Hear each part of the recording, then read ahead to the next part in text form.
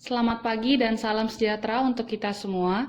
Hari ini, Rabu 11 November 2020, akan dilaksanakan seminar proposal dengan judul Efektivitas Metode Pembelajaran Cooperative Learning Script dalam pembelajaran Dokai bagi siswa kelas 11 lintas minat SMAN 113 Jakarta. Dan perkenalkan, nama saya Kalista Matilde Tiomas. Dalam kesempatan kali ini, saya ingin mengucapkan terima kasih kepada dosen pembimbing saya, Ibu Ulfa Sutiyarti SPD MPD, dan terima kasih juga kepada dosen penguji saya, Ibu Febi Aryani Saragi SPD MPD. Terima kasih telah memperkenalkan saya untuk presentasi pada pagi hari ini. Dalam presentasi ini terdapat 3 poin utama yang akan dibahas. Poin pertama yaitu pendahuluan yang meliputi latar belakang, rumusan masalah, tujuan penelitian, manfaat penelitian, hipotesis penelitian, ruang lingkup penelitian, dan definisi operasional. Poin kedua yaitu kajian pustaka yang meliputi pengertian efektivitas, pengertian metode belajar, proses metode pembelajaran cooperative learning script, dan pengertian pembelajaran Dokai.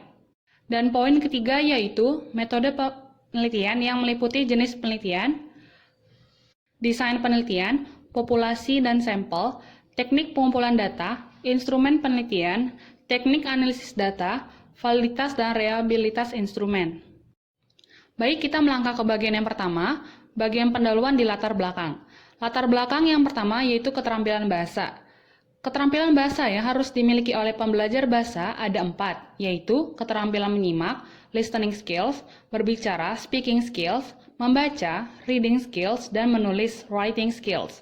Di antara 4 keterampilan di atas, membaca merupakan salah satu keterampilan yang sangat penting dimiliki oleh pembelajar bahasa, karena dengan membaca akan diperoleh suatu informasi yang penting secara tertulis. Sebagai bagian dari keterampilan berbahasa, keterampilan membaca memiliki kedudukan yang sangat penting dan terutama. Hal ini didasarkan dan diyakini pada kenyataan bahwa pada zaman sekarang ini, semakin banyak orang yang merasakan manfaat dari keterampilan membaca. Keterampilan membaca tidak hanya dibutuhkan oleh masyarakat akademis, tetapi juga diperlukan oleh siapa saja yang memerlukan suatu informasi. Hal ini sejalan dengan yang diungkapkan oleh Burns pada tahun 1996, halaman 5, bahwa di dalam setiap aspek kehidupan melibatkan membaca.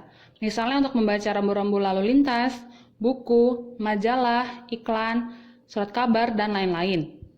Sehingga hasil akhir dari proses membaca adalah seseorang mampu memahami dan mengerti dari yang telah dibacanya, sehingga melalui proses membaca, seseorang mampu dan dapat menceritakan kembali apa yang telah dibacanya dengan gaya dan kemampuan bahasanya sendiri. Dalam pembelajaran bahasa Jepang, kemampuan membaca dinamakan dokai atau membaca pemahaman. Kemampuan dokai yang baik merupakan salah satu hal yang penting dimiliki oleh seseorang yang sedang belajar bahasa Jepang. Tetapi banyak faktor yang mempengaruhi kemampuan dokai siswa, antara lain dari segi kemampuan berbahasa, yaitu kemampuan menangkap arti kosakata, memahami tata bahasa, kemampuan menerjemahkan, dan membaca huruf kanji.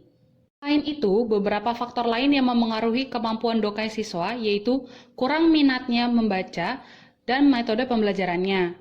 Contohnya yaitu, setelah melakukan kegiatan membaca, siswa tidak dapat memahami bacaan dengan baik dan tidak dapat menceritakan kembali isi bacaan yang telah dibacanya dengan kata-katanya sendiri. Terkadang, siswa dapat menceritakan kembali isi bacaan dengan bahasanya sendiri, namun dalam perluasan materi atau kedalaman isi bacaan yang masih dangkal, dan yang terakhir, juga yang dikarenakan waktu pembelajaran yang terbatas, sehingga tidak semua siswa mendapatkan porsi dan kesempatan yang sama untuk menceritakan kembali isi bacaan tersebut.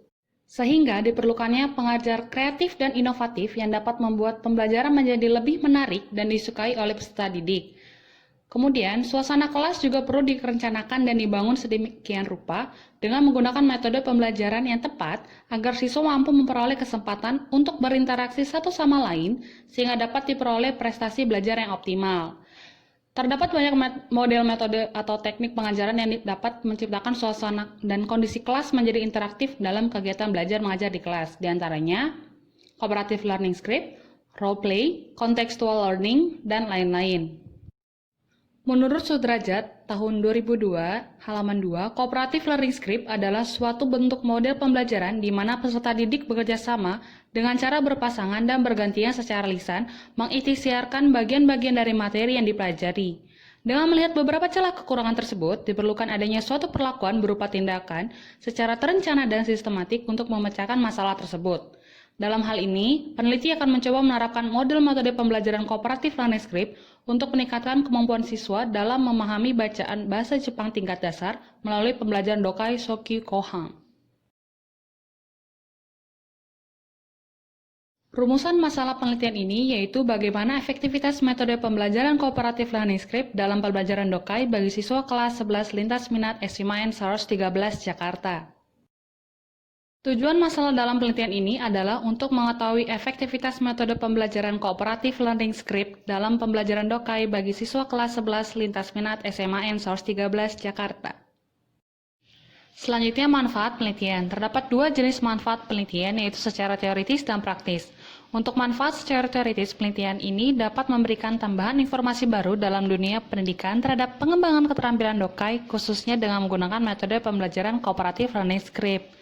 Adapun tiga manfaat praktis dalam penelitian ini, yang pertama bagi staf pengajar bahasa Jepang, yaitu mampu membantu staf pengajar bahasa Jepang untuk mengetahui variasi model metode pembelajaran yang dapat memperbaiki dan meningkatkan efektivitas proses kegiatan belajar mengajar siswa di kelas. Bagi guru secara umum dapat menumbuh kembangkan sikap inovatif dan kreatif dalam budaya meneliti, khususnya dalam mencari solusi terhadap permasalahan pembelajaran dan mengembangkan pedagogi dalam bidang studi. Bagi siswa, hasil penelitian ini diharapkan mampu bermanfaat untuk menumbuhkan minat belajar dan daya pikir siswa, sehingga siswa akan terlatih dalam memecahkan permasalahan yang ada.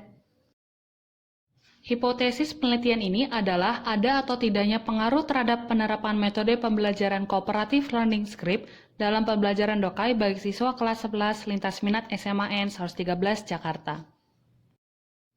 Selanjutnya, ruang lingkup penelitian.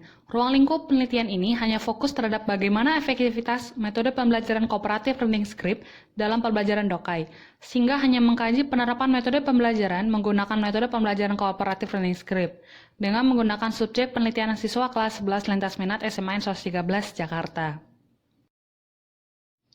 Definisi operasional dalam penelitian ini yaitu efektivitas yang memiliki arti pemanfaatan sumber daya, sarana, dan prasarana dalam jumlah tertentu yang secara sadar ditetapkan sebelumnya untuk menghasilkan sejumlah barang atau jasa kegiatan yang dijalankannya. Efektivitas juga menunjukkan suatu keberhasilan dari sudut pandang tercapai atau tidaknya sasaran yang telah ditetapkan. Jika hasil kegiatan tersebut semakin mendekati sasaran, berarti dapat dikatakan bahwa semakin tinggi efektivitasnya. Metode pembelajaran yaitu cara yang digunakan oleh seorang guru dalam menyampaikan pesan pembelajaran kepada peserta didik dalam mencapai tujuan pembelajaran di dalam kelas. Kemudian, cooperative learning script yang merupakan suatu bentuk model pembelajaran di mana peserta didik bekerja sama dengan cara berpasangan dan bergantian secara lisan mengikhtisarkan bagian-bagian dari materi yang dipelajari. Dan yang terakhir, pembelajaran Dokai yang berarti suatu aktivitas membaca tulisan atau wacana berupa rangkaian huruf-huruf yang disertai aktivitas memahami dengan benar isi tulisan tersebut. Berikutnya yaitu pembahasan kajian pustaka. Landasan teori penelitian ini bersumber dari jurnal maupun skripsi yang telah ada sebelumnya seperti berikut. Yang pertama, pada efektivitas terdapat Chester E. Barner di dalam kebijakan kinerja karyawan dalam Prawiro Sentono tahun 1999 halaman 27 dan Sondang P. Siagan tahun 2001 halaman 24. Kedua, metode pembelajaran terdapat Warsita tahun 2008 halaman 273. Ketiga, pada Kooperatif Learning Script terdapat Sudrajat tahun 2002 halaman 2 dan yang terakhir pembelajaran Dokai terdapat Sujianto tahun 2010, Kobayashi dalam Nihongo Kyoku Jiten tahun 1982, Kindaichi Haruhiko dalam Nihongo Daijiten. Pengertian efektivitas secara umum adalah untuk menunjukkan taraf tercapainya suatu keberhasilan. Kata efektivitas sering dikaitkan dengan pengertian efisien maupun sebenarnya memiliki perbedaan di antara keduanya. Efektivitas menekankan pada hal yang dicapai, sedangkan efisiensi lebih melihat pada bagaimana cara mencapai hasil yang dicapai tersebut dengan membandingkan antara input dan output-nya. Seperti yang telah diungkapkan oleh Chester E. Barner di dalam kebijakan kinerja karyawan, dapat dikatakan bahwa bila suatu tujuan tertentu berhasil tercapai, kita bisa mengatakan bahwa kegiatan tersebut adalah efektif. Tetapi apabila akibat-akibat yang tidak dicapai dari kegiatan tersebut mempunyai nilai yang lebih penting dibandingkan dengan hasil yang telah dicapai, sehingga mengakibatkan ketidakpuasan walaupun efektif, hal ini disebut sebagai tidak efisien. Sebaliknya, Bila akibat yang tidak dicari-cari atau tidak penting, maka kegiatan tersebut efisien. Maka dari itu, kita dapat mengatakan efektif apabila sudah mencapai tujuan tertentu. Dikatakan efisien apabila hal tersebut telah memuaskan sebagai pendorong mencapai tujuan terlepas apakah hal tersebut efektif atau tidak. Hal ini sejalan dengan pendapat Sondang P. Siagan tahun 2001 halaman 24. Efektivitas adalah pemanfaatan sumber daya, sarana, dan prasarana dalam jumlah tertentu yang secara sadar ditetapkan sebelumnya untuk menghasilkan sejumlah barang atas jasa kegiatan yang dijalankannya. Efektivitas juga menunjukkan suatu keberhasilan dari sudut pandang tercapai atau tidaknya sasaran yang telah ditetapkan. Jika hasil kegiatan tersebut semakin mendekati sasaran, berarti dapat dikatakan bahwa semakin tinggi efektivitasnya. Metode pembelajaran. Metode merupakan cara yang digunakan untuk mencapai suatu tujuan tertentu, sedangkan pembelajaran merupakan suatu proses pembelajar untuk menuju yang lebih baik. Sehingga metode pembelajar merupakan suatu cara yang digunakan oleh pendidik dalam kegiatan belajar mengajar di kelas maupun di luar kelas. Cooperative Learning Script merupakan suatu bentuk metode pembelajaran di mana siswa bekerjasama dengan cara berpasangan dan bergantian secara lisan mengikhtisarkan bagian-bagian dari materi yang dipelajari, sehingga dapat disimpulkan bahwa metode Cooperative Learning Script merupakan suatu bentuk atau cara pembelajaran yang mengutamakan kerjasama dan interaksi sosial yang bertujuan menciptakan suasana pembelajaran secara kooperatif dan interaktif di dalam pembelajaran. Berikut ini merupakan langkah-langkah metode pembelajaran Cooperative Learning Script sebagai berikut. 1. Guru membagi siswa berpasangan. Pada tahap ini, guru membagi siswa secara berpasang-pasangan. Pembentukan kelompok-kelompok siswa tersebut dapat dilakukan oleh guru berdasarkan pertimbangan tertentu. 2. Guru membagikan wacana atau materi kepada setiap siswa untuk dibaca dan membuat ringkasan. Pada tahap ini, masing-masing siswa mendapat materi untuk dibaca, dipelajari, dan dipahami. Setelah itu, siswa membuat ringkasan dari materi yang telah dipelajarinya. 3. Setelah siswa membuat ringkasan materi yang telah dipelajari, langkah selanjutnya adalah siswa membacakan ringkasannya. Sebelum guru menetapkan terlebih dahulu siapa yang pertama berperan sebagai pembicara dan siapa yang berperan sebagai pendengar, sehingga seseorang membicarakan hasil ringkasan materi dan yang satu mendengarkan. 4. Dalam membacakan ringkasannya, pembicara harus selengkap mungkin dengan memasukkan ide-ide pokok ke dalam ringkasannya. Sementara pendengar akan menyimak, mengoreksi, menunjukkan ide-ide pokok yang kurang lengkap. Selain itu, pendengar juga membantu mengingat atau menghafal ide-ide pokok dengan menghubungkan materi sebelumnya atau dengan materi lainnya. Tujuan akhir dari kegiatan ini adalah untuk menyempurnakan ringkasan atau hasil pekerjaan siswa. Yang kelima, siswa bertukar peran. Semula sebagai pembicara ditukar menjadi pendengar dan sebaliknya. Pada langkah ini, siswa yang semula menjadi pembicara bertukar peran menjadi pendengar.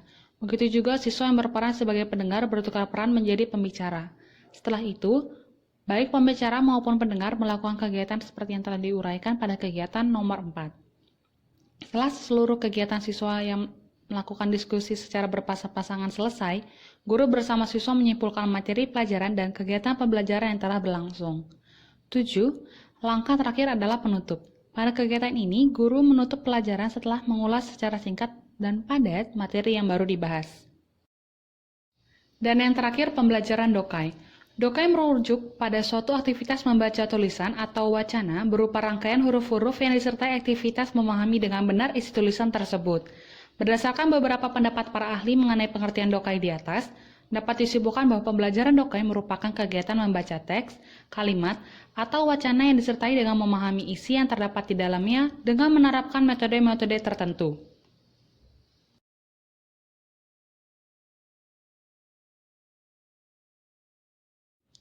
Tentunya pada penelitian ini tidak terlepas dari penelitian terdahulu, yaitu dari penelitian Andi Murad Osman tahun 2012 dengan judul Upaya Meningkatkan Kemampuan Memahami Bacaan Bahasa Jepang Tingkat Dasar Melalui Model Pembelajaran Cooperative Learning Technique Script.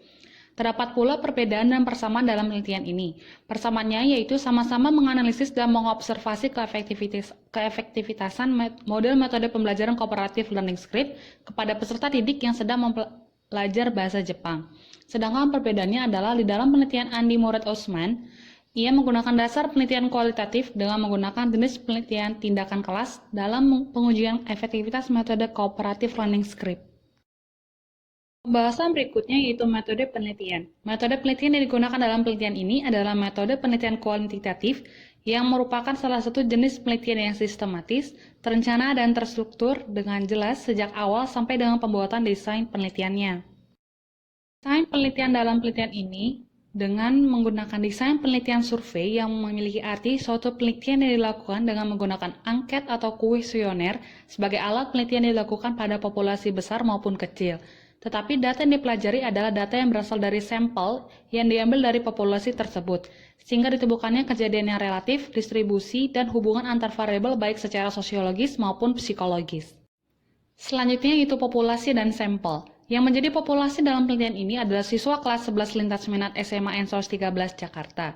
Hal ini dikarenakan siswa kelas 11 merupakan kelas ideal yang telah mengenal dan mengetahui pembelajaran Dokai sebagaimana adanya sehingga dinilai telah memahami alur pembelajaran Dokai pada umumnya di dalam pembelajaran bahasa Jepang. Populasi pada penelitian ini sejumlah 36 orang. Sampel pada penelitian ini adalah siswa kelas 11 lintas minat SMA N113 Jakarta. Untuk menentukan jumlah sampel yang akan diambil penelitian ini menggunakan formula Slovin seperti berikut ini. Teknik pengumpulan data yang dipakai dalam penelitian ini adalah dengan mengumpulkan data menggunakan teknik survei melalui penyebaran kuesioner. Instrumen penelitian. Instrumen penelitian yang digunakan yaitu berupa dengan menggunakan instrumen penelitian kuesioner. Teknik analisis data yang digunakan dalam penelitian ini merupakan teknik analisis deskriptif. Teknik analisis deskriptif merupakan penelitian yang dilakukan untuk mengetahui suatu keberadaan variabel mandiri, baik hanya pada satu variabel atau lebih, tanpa membuat perbandingan dan mencari hubungan variabel dengan variabel yang lain. Pada penelitian ini, peneliti menggunakan validitas kontraks dengan cara menanyakan pada ahli pada bidangnya, yaitu kepada salah satu guru SMA 113 Jakarta. Setelah dinyatakan relevan dan layak digunakan untuk penelitian, peneliti menggunakan rumus produk moment atau Person Correlation dengan bantuan program IBS SPSS Statistik 23 untuk menguji dan menganalisis instrumen. Untuk menguji reliabilitas instrumen pada penelitian ini, peneliti menggunakan rumus Alpha-Cronbach dengan bantuan program IBS SPSS Statistik 23. Butir setiap kuesioner dikatakan reliable jika hasil rumus Cronbach alpha lebih dari 0,6 dan dikatakan tidak reliable jika Cronbach alpha kurang dari 0,6. Sekian presentasi seminar proposal pada hari ini, kurang lebihnya mohon maaf dan terima kasih.